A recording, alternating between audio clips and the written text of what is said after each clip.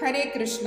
2024 മോഹിനി ഏകാദശി ആഘോഷിക്കുന്നത് നമ്മൾ മെയ് 19 അതായത് ഞായറാഴ്ചയാണ്.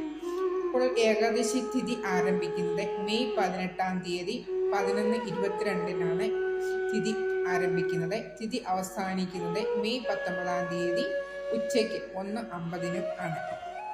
മഹാവിഷ്ണു മോഹിനിയായി അവതരിച്ച ദിവസമാണ് മോഹിനി ഏകാദശി. സമുദ്രമന്ഥനത്തിൽ നിന്ന് അമൃത് അസുരന്മാർക്ക് കിട്ടിയപ്പോൾ അവരിൽ നിന്നും ദേവന്മാർക്ക് നൽകുന്നതിന് വേണ്ടി മോഹിനിയുടെ രൂപത്തിൽ വിഷ്ണുദേവൻ വേഷം മാറി മഹാവിഷ്ണു മോഹിനിയായി അവതരിച്ച ദിവസമാണ് ഈ ദിവസം. വൈശാഖ മാസത്തിലെ ശുക്ലപക്ഷത്തിലെ 11-ാം ദിവസമാണ് മോഹിനി ഏകാദശിയായി നമ്മൾ ആഘോഷിക്കുന്നത്. ഈ ദിവസം ഭക്തജനങ്ങൾ മോഹിനിയുടെ രൂപത്തിൽ വിഷ്ണു ഭഗവാനെ ആരാധിക്കുകയും വിജയകരവും സന്തോഷകരവുമായ ജീവിതത്തിൽ